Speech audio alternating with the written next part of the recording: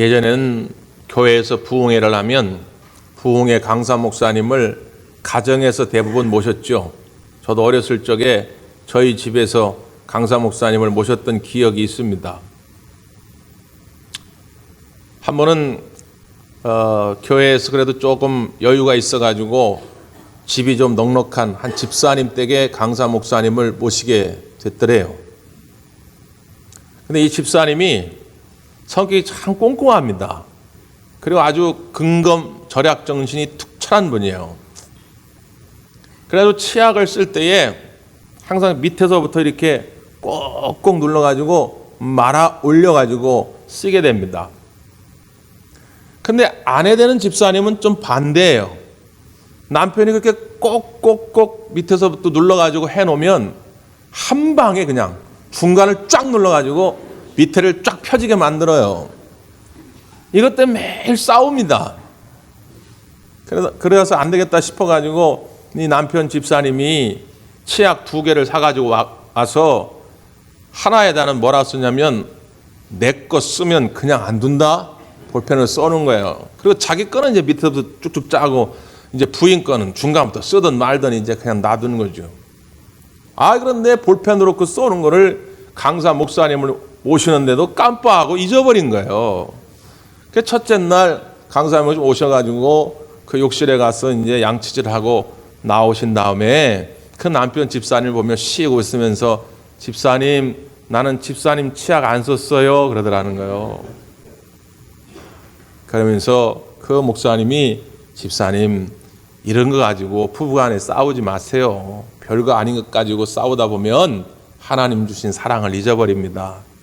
그게 평생 잊혀지지 아니해가지고 그 이후로는 그거 가지고 부부간에 싸우지 않게 됐더라는 거예요. 사랑하는 여러분, 이번 설 명절에 무엇보다도 여러분 모이는 곳마다 주님의 이 평강의 복이 있기를 바랍니다. 자녀들과 또 부부간에, 형제들 간에 뭐 돈 많이 버는 것도 건강한 것도 다 복이지만 무엇보다 화목해 되는 복, 화평케 될 때에 그곳에 주님의 뜻이 이루어지고 주님의 영광이 나타날 줄 믿습니다. 우리가 설 명절이 되면 뭐 우리 어르신들 알겠지만 옛날에는 여러 풍습이 있었잖아요. 섣달 금은날, 한 해의 마지막 날 땡땡땡땡땡 12번 딱 치면 그 다음부터 동네 골목마다 복조리 사시오, 복조리 사시오 막 장수도 있었잖아요. 그래서 1년 쓸 복조리를 이렇게 사다가 이제 집에다 이렇게 복조리를 많이 걸어두면 그 복이 자기 집에 굴러 들어온다. 그런 풍습이 있었지요. 또 이제 새해 첫날, 설날 아침에 딱 눈을 뜨자마자 밖에 나가가지고 첫 번째 듣는 소리를 가지고 한 해의 운을 치는 청참이라고 하는 운 보는 그 점이 있었죠. 예를 들어가지고 눈을 떠가지고 집에 앞에 딱 나갔는데 까치 소리가 들려주면 그 한 해는 풍년이요 좋은 징조다 이렇게 본 거죠. 그런데 하필 딱 아침 나가지고 까마귀 울음소리를 듣게 되면 그 애는 흉년이다, 안 좋은 일이 있을 거라 이렇게 징조로 여겼던 것이지요. 여러분 어떻게 생각하십니까? 복조리가 여러분에게 복을 가져다 준다고 생각하십니까? 아니면 까치의 울음소리나 까마귀의 울음소리가 여러분의 인생의 행과 복을 결정한다고 생각하십니까? 아니겠지요. 오늘 우리가 설날을 앞두고 하나님 앞에 나와서 이렇게 예배할 때에 복의 근원 되시는 하나님께서 우리에게 복을 허락하실 줄 믿습니다. 세상의 미물의 그 울음소리가 중요한 것이 아니라 하나님의 말씀, 하나님의 음성 앞에 우리가 순종할 때 그것이 복이 되어지고 그것이 우리의 가문에 놀라운 하나님의 능력이 될 줄 믿습니다. 그러니까 여러분 설 명절에 꼭 자손들과 형제들과 함께 모이시고 하나님의 말씀을 꼭 나누세요. 순서지에다가 말씀을 다 기록해 놓았으나 여러분이 그걸 사용하셔도 좋고 오늘 이 아침 이 본문의 말씀을 잘 기억해 두셨다가 이 말씀을 하나님의 말씀으로 여러분의 자손들에게 주어도 좋습니다. 이런 우화가 있어요. 소와 사자가 사랑에 빠졌습니다. 죽고 못 사는 사이가 됐어요. 그래서 소가 사자에게 선물을 하고 싶은 겁니다. 뭘 선물했느냐? 맛있는 풀 덩어리를 준비해가지고 사자에게 준 것입니다. 한두 번도 아니고 여러 번. 사자는 먹을 때마다 곤욕입니다. 자기 입맛에 안 맞아요. 그래도 그냥 참고 먹습니다. 사자도 소를 너무 사랑해가지고 뭘 선물할까 하다가 살코기를 준비해가지고 생고기를 준 것입니다. 소는 먹기도 힘들어요. 씹기도 힘들고 소화시키기도 힘들지만 그래도 사랑하니까 참은 거예요. 결국 오래 못 갑니다. 나중에는 헤어지게 되는 것이지요. 헤어지면서 서로에게 말합니다. 야, 나는 잘못한 거 없어. 난 할 만큼 했어. 그런 거지요. 이 슬픈 이별의 이야기, 문제가 어디 있습니까? 그 원인이 어디 있어요? 그들은 서로 자기 기준, 자기 기분 내키는 대로 대접한 거예요. 소가 정말 사자를 사랑했다면 소는 뭘 대접해 줘야 돼요? 살코기를. 사자가 소를 정말 사랑했다면 뭘 대접해 줘야 돼요? 풀초를 대접해 줘야죠. 근데 자기 기준에 맞게 그냥 자기 기분대로 자기가 좋은 것을 대접하다 보니까 오히려 상대방은 그것을 받아들일 수가 없었던 것이죠. 신앙생활 하다 보면 우리가 종종 내적 갈등을 경험할 때가 있습니다. 뭐 때문에 그러냐? 나는 나름대로 신앙생활을 열심히 한다고 하는데 그만큼 열매가 안 맺어질 때, 하나님께도 별로 영광이 되는 것 같지 않고 또 주변의 사람들에게도 별로 덕을 끼치는 것 같지 않고 뭔가 내가 신앙생활 하는데 답답함이 있어요. 왜 그럴까요? 두 가지 이유가 있습니다. 하나는 뭐냐면 하나님의 연단일 수 있어요. 내가 나름대로 기도 생활도 열심히 하고 봉사와 헌신도 잘 하는데도 불구하고 오늘 뜻한 바대로 잘 안 이루어질 때는 그게 하나님의 연단의 과정일 수 있어요. 더욱 복된 그릇으로 만들어가는 하나의 과정이죠. 그럴 때는 하나님께서 기도하면서 좀 더 겸손히, 좀 더 낮아지면서 주님의 때를 기다려야 돼요. 근데 또 하나의 이유가 있습니다. 그건 뭐냐면 내 기준, 내 기분 따라 하는 거예요.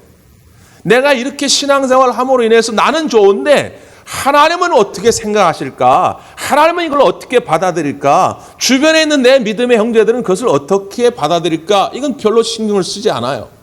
그냥 내 기준, 내 기분 따라서 하는 거예요. 그러니까 나는 좋은데 하나님께 영광이 안 돼요. 교회 공동체에 유익이 안 됩니다.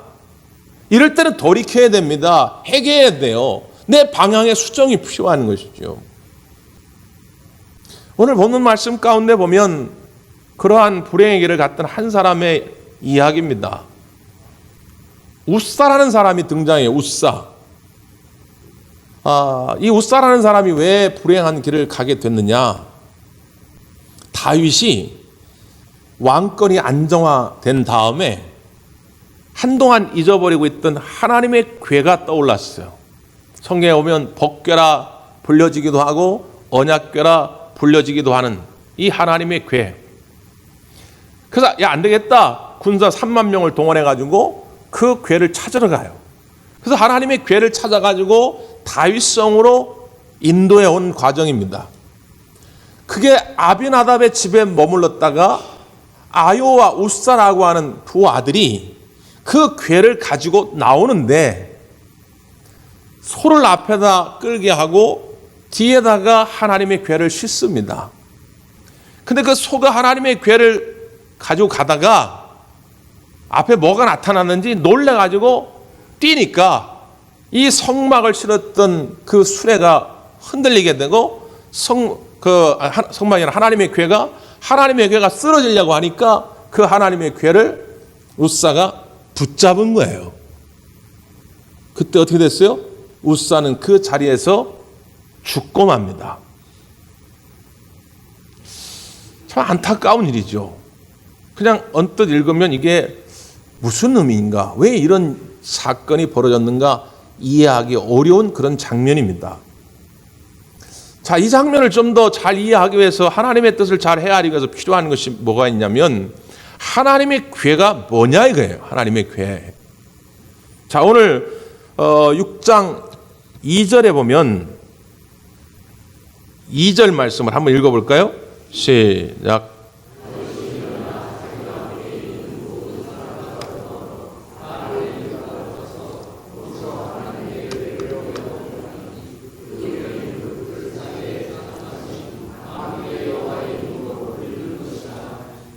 하나님의 괴는 뭐로 불렸다고요?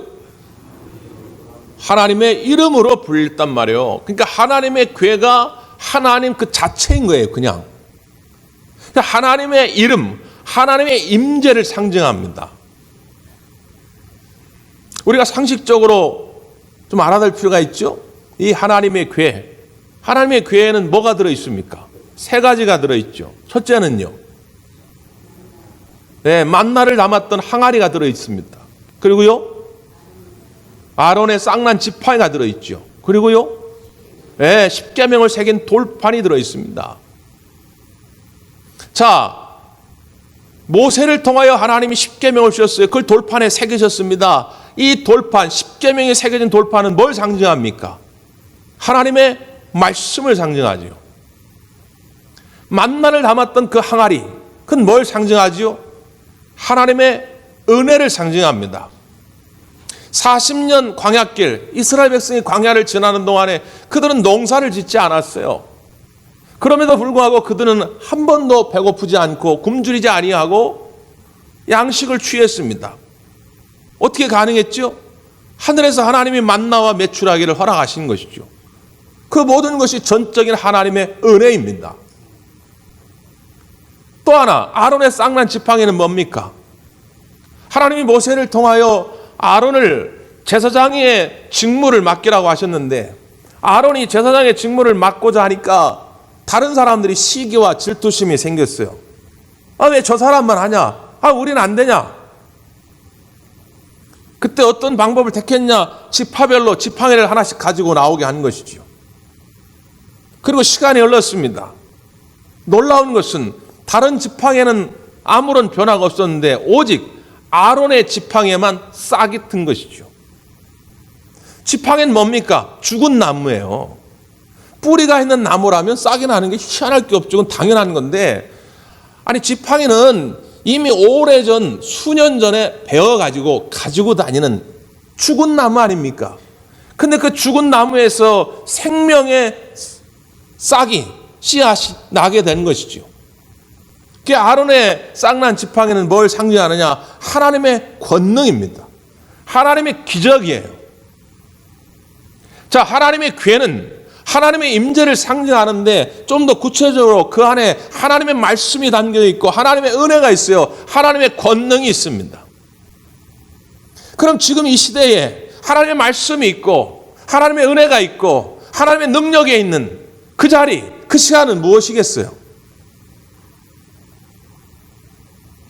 모든 신학자들은 공통적으로 그 하나님의 괴는 지금 이 시대의 예배를 상징한다라고 말합니다.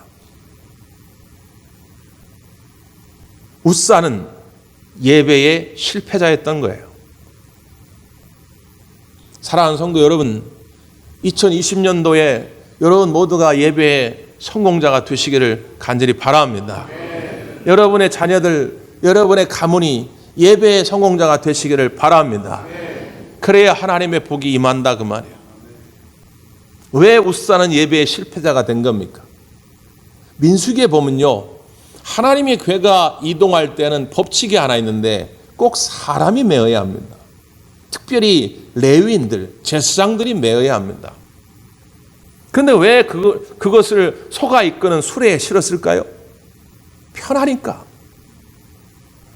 옛날 우리 가마를 생각하면 되는데 이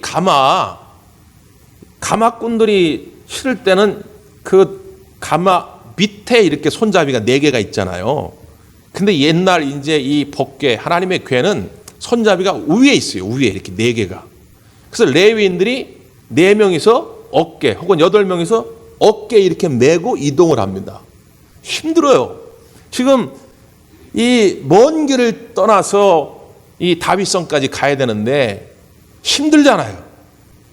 그러니까 그냥 소를 앞세워가지고 수레에 실은 거예요. 뒤에서 뒷짐지고 콧노래 부르면서 구경하며 가는 거예요. 웃사는 예배의 구경꾼이었어요. 그저 편하게만 자기 기분 내키는 대로 자기 기준대로 예배하고자 했던 사람을 상징하는 겁니다. 민수기업은 또 하나, 하나님의 궤는 손으로 만질 수가 없어요.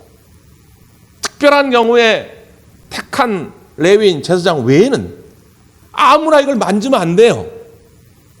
그런데 소가 뛰니까 수레가 흔들리니까 궤가 쏟아지려고 그럽니다. 그걸 막은 거예요. 어떻게 보면 잘한 거 아닙니까? 근데 하나님은 왜 진노하셨냐 그 말이에요. 웃사는 평소부터 이 하나님의 궤에 대한 경외감이 없었던 거예요. 아무런 생각이 없었던 거예요. 그냥 무의식적으로 갖다 손을 댄 것이죠. 하나님은 그 마음의 중심을 본 거예요. 이 시대에도 예배에 대하여 경외감이 없는 사람들이 너무 많아지고 있다는 것입니다. 나의 시간 스케줄을 따라 비는 시간 있으면 예배하고 내일 바쁘면 안 하고 예배 중간중간에도 다른 생각들이 자꾸 나를 이끌고 갑니다. 세상의 일들이, 사업의 일들이, 가정의 복잡한 문제들이, 심지어 이 현대의 사회는 휴대폰이, 스마트폰이 여전히 내 마음을 지금 끌고 가고 있어요. 그 마음을 빼앗긴 예배, 그게 무슨 예배가 되겠습니까?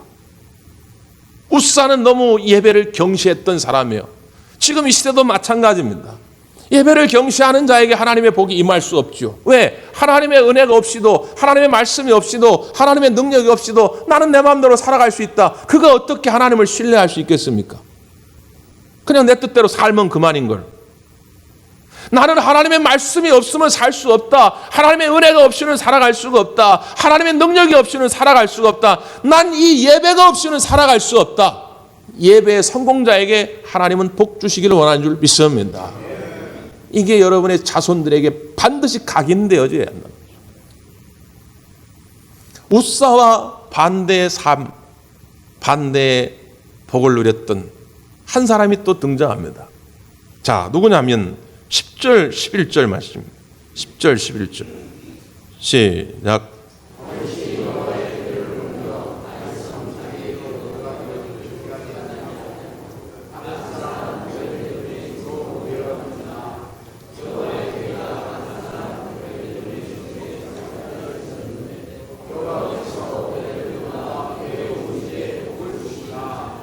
아멘. 오벳 에돔. 잘 모르지요, 여러분? 교회 몇 년 다녀도 한번 들어볼까 말까 한 그런 이름입니다. 성경 이곳과 같은 사건을 기록하고 있는 역대상, 그 두 곳만 등장해요. 아브라함처럼 혹은 모세나 무슨 다윗처럼 영웅담이 있는 것도 아니고 드라마틱한 어떤 스토리, 이야기가 있는 것도 아니고 오벳에돔은 그냥 여기만 등장합니다. 근데 분명한 건 뭐냐? 하나님이 오벳에돔과 뿐만 아니라 그의 아들들, 그의 손자들, 그의 가문에게 하나님의 복이 임했다는 거예요. 그 다음 12절에도 보면 어떤 사람이 다윗 왕에게 아뢰어 이르되 여호와께서 하나님의 궤로 말미암아 오벳에돔의 집과 그의 모든 소유의 복을 주셨다 한지라. 다윗의 신하들이 야, 하나님의 궤가 어떻게 됐을까 하고 한 석 달쯤 지나서 가보니까 오벳에돔의 집에 완전히 달라진 거예요. 그 다윗 왕에 와서 지금 보고하는 장면입니다. 요세푸스라고 하는 유명한 아주 교회 역사학자가 있는데 그는 전승들, 그러니까 사람의 입으로 이렇게 전해 내려온 전승들을 통하여 연구한 자료에 의하면 오벳에돔은 굉장히 가난한 집이었다는 거예요. 하나님의 궤가 그의 집에 들어오기까지 그는 굉장히 가난했다는 거예요. 그러니까 다윗의 신하들이 이렇게 석 달 만에 가가지고 관찰하고 나서 그의 집이 완전히 달라진 걸 느낄 정도로. 네? 아니 그러니까 집이 웬만큼 사는 집은 조금 이렇게 부유해졌다 해도 티가 잘 안 나잖아요. 근데 굉장히 가난하고 어려웠던 집인데 석 달 만에 오벳에돔의 집은 모든 소유가 하나님의 복을 누리게 되었다는 거예요. 그게 놀랄 만한 일이니까 동네 사람도 다 알고 다윗의 신하들도 깜짝 놀라서 다윗 왕에게 보고했다는 것입니다. 그가 그렇게 석 달 만에 하나님의 복을 누릴 수 있었던 방법은 하나님의 궤를 기쁜 마음으로 받아들였고 충심을 다하여 모셨다는 거예요. 하나님의 궤가 이 시대는 뭐라고요? 예배라 그 말씀이에요. 여러분의 가정이, 여러분의 가문이 예배를 기뻐하고 예배를 중심을 다해서 섬길 수 있다면 하나님의 복이 여러분 가운데 임할 줄 믿습니다. 오베데돔은 불과 석 달 만에 기적 같은 일을 경험했다 그 말이에요. 2020년 1년 짧으면 짧은 것 같지만 결코 짧은 시간이 아닙니다. 하나님이 역사하기로 맘만 먹으면 1년은 얼마든지 가능한 한 해라 그 말이에요. 1년 한 해를 주님 앞에 예배의 성공자가 되면 기적 같은 능력의 역사가 여러분 가문에 일어날 줄 믿습니다. 이걸 기억하시라 그 말이에요. 오베데돔의 집에 하나님의 교회가 석 달 동안 머물 때에 하나님이 놀라운 복을 줬다는 이야기를 다윗이 듣고, 야 이제 됐다, 야 우리도 가서 이제 모시고 오자. 그 다윗이 이제 석 달 만에 다윗성으로 모시고 오는 거예요. 그 오는 하나님의 교회를 보면서 다윗이 너무 기뻐가지고 춤을 추며 하나님을 찬양하죠. 근데 그들이 입었던 옷은 지금의 원피스 같은 옷이에요. 춤을 추다 보니까 속내가 막 다 들어갑니다. 왕이 그래도 채통이 있어야 하는데 막 속이 다 드러날 정도로 춤을 추니까 사울의 딸 미갈이, 왕이시여 채통 좀 지키시오. 뭐 하는 짓입니까? 막 나무래요. 그때 다윗이 아주 유명한 말을 남기지요. 21절인데요. 21절.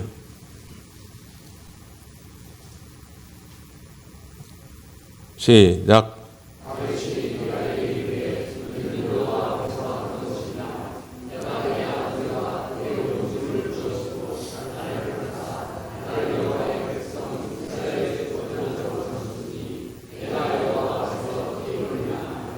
나는 여호와 앞에서 한 것이라. 여호와 앞에서 한 것이라. 누가 뭐라고 하든 나는 여호와 앞에서 뛰놀리라. 이게 진정한 예배자의 자세입니다.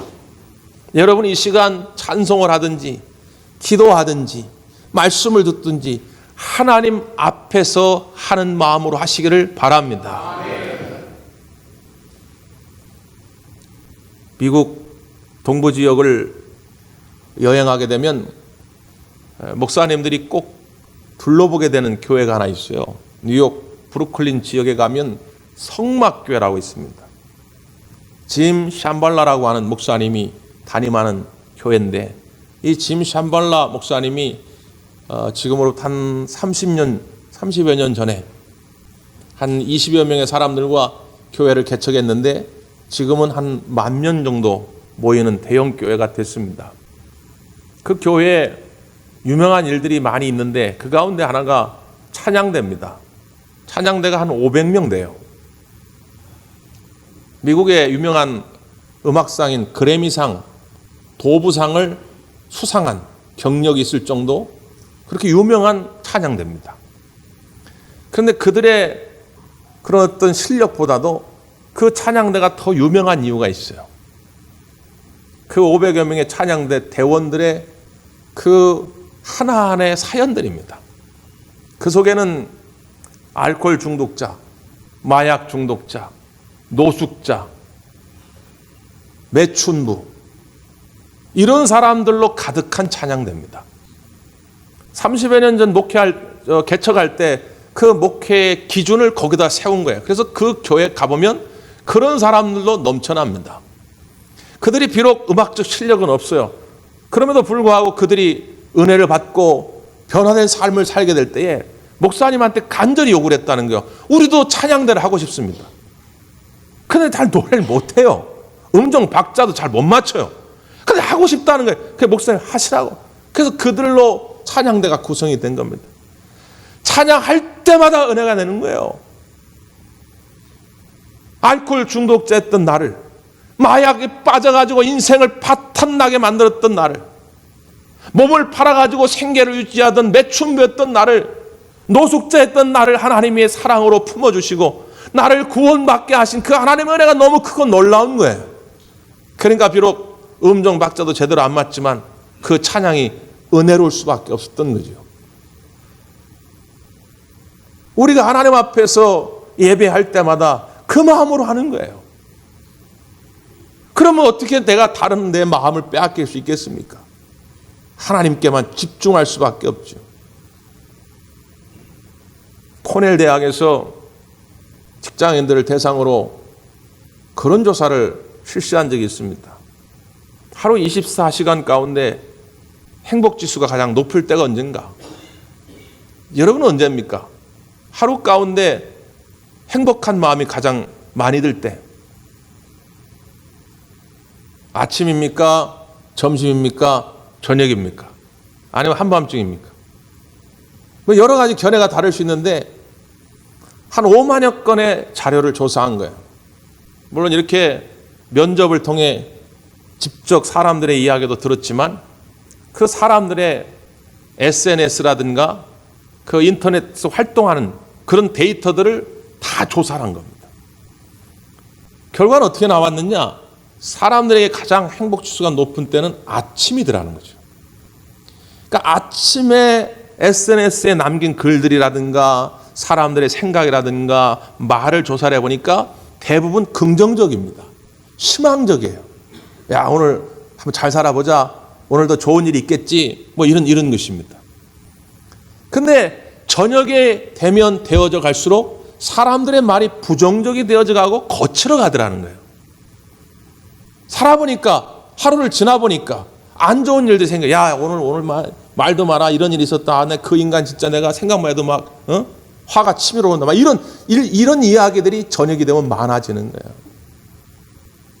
그래서 아침에 어떤 마음을 가지고 출발하냐가 굉장히 중요하고 저녁에 하루를 어떻게 마무리하냐가 참 중요합니다. 저는 오늘 이 예배가 여러분의 이 삶의 주기의 중심이 되기를 간절히 바랍니다. 예를 들어 지난 한 주간 동안에 혹시라도 안 좋은 일들이 많았던 분들도 있을 수 있지요. 그럼에도 불구하고 오늘 이 예배를 통하여 하나님이 공급해 주시는 하늘의 영적 에너지를 얻고 돌아가시기를 바랍니다. 그래서 돌아가면서 그래 지난 한 주간 힘들었지만 오늘도 말씀을 통해 은혜를 받고 기도하며 은혜 받았으니까 이번 돌아오는 한 주간은 더 잘 될 거야. 하나님이 역사에 주실 거야. 여러분 이런 긍정적인 마음을 가지고 출발하시길 바랍니다. 또한 이 예배가 지난 한 주간을 돌아보면서 감사함의 시간이 돼야 됩니다. 하나님은 아주 작은 것을 가지고 감사하는 일들을 기뻐합니다. 과부가 2렙돈, 지금으로 따지면 한 1,000원 정도 되는 돈인데 2렙돈을 드릴 때 하나님 기뻐하신 것처럼, 어린아이가 도시락 하나를 가지고 나올 때 기뻐하신 것처럼 이 예배 나올 때마다 그런 감사의 마음을 가지고 나오면 주님이 돌아오는 한 주간 동안 더 풍성한 감사가 있도록. 왜? 하나님이 기쁘거든요. 저 사랑하는 아들, 딸에게는 하늘의 은혜를 부어줬더니 감사가 있구나. 그럼 하나님도 기쁘지 않겠어요? 그럼 내가 더 줘야지. 그럼 다음 주에는 더 감사할 테니까. 그 하나님이 더 풍성한 은혜가 임할 것이다 그 말이죠. 그래서 이 예배를 통하여 어려웠던 일은 풀려져 가기를 바라고 감사하고 좋았던 일들은 더 좋아지는 역사가 있기를 간절히 바랍니다. 기도하겠습니다.